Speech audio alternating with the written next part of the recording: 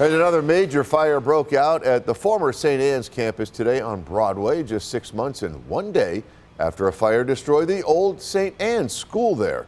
This time, the fire impacted the church itself. 2 News Side's Nate Benson was there, and he spoke with some very angry residents on Emsley Street who are now fed up with the property owners and the city. Right, Nate?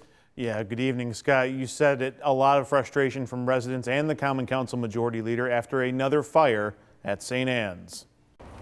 It's been 6 months and 1 day since a massive fire left the former St. Anne's school a shell of its former self. And in those 6 months and 1 day, not much has been done with the property. While the fire Friday afternoon started in an addition located at the back, it did start to spread into the church itself. The crews did a good job aggressively attacking the fire. And at that point, Incident Command had decided to withdraw all of the units and go defensive and operate in a defensive posture, which ended up in a 3-alarm fire. The symbolism of another major fire at St. Anne's in 6 months has angered residents in the neighborhood. They aren't even trying. You know, that's what's infuriating. You wouldn't feel so bad if you saw some kind of progress, but they aren't even trying. They're just letting it fall apart. We done called the city and they're not doing anything. If it was our taxes or our properties that look like St. Anne's even on the outside, then we would be taxed for that. We would be tried for that.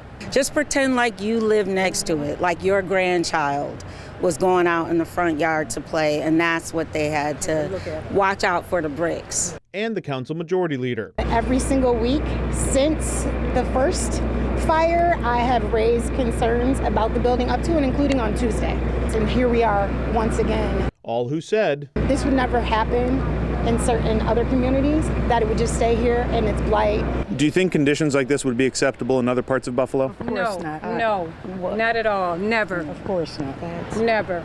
And I just wish some of the people who had the power to do something lived here, because they'd fix it.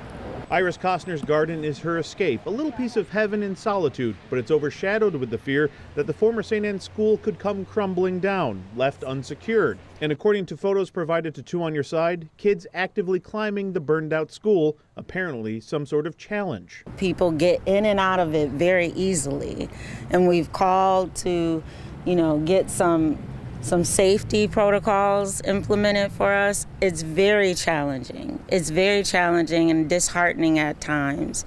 I can't stress how hazardous this is. It's not just unbecoming, it is hazardous. It's not safe for people to do youthful indiscretions, but it's also not safe for the residents. We can't park. Our parking is restricted. Majority Leader Lee Halton Pope now urging the Ryan administration to fix this problem and make it a priority. I'm pissed. I don't know how else to say it. This is not acceptable. It just isn't. It's not how my neighbors should live. It's not how my community should have to live.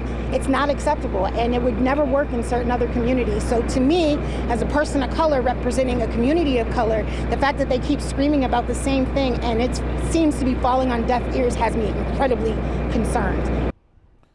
Fire Commissioner Daniel Pizarro said that the administration is, quote, working with the property owner to come up with a viable solution for the property, but it's unclear how much longer that will take.